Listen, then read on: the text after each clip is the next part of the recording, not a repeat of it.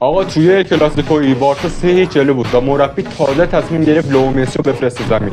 آجی من قبل اینکه این دیتا رو ببینم واقعا فکر می‌کردم این دروغه که همه از مسی بترسن، ولی حاجی من خودم بچگی این بازی‌ها رو کامل دیدم، می‌دیدم بازیکن‌ها چقدر ترس داشتن. فقط رونالدو رو ببین تو، حاجی واقعا مسی خفن بود و مارسلو مصاحبه شده دیگه میگفت واقعا با مسی کاری نداشته باشین، دیوونه میشه وسط زمین.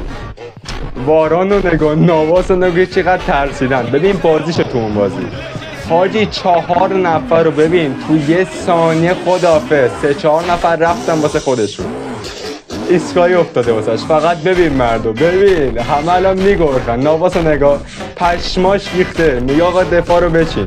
همه هوادارا دارن میرن بیرون دیگه. خیلی بزرگ بود اون موقع مسی، اصلا همه ازش میترسیدن. بنازن دیوار دفاعی نگاه چید آقای نواز، همه ریختن اونجا حتی فورواردا. بنازن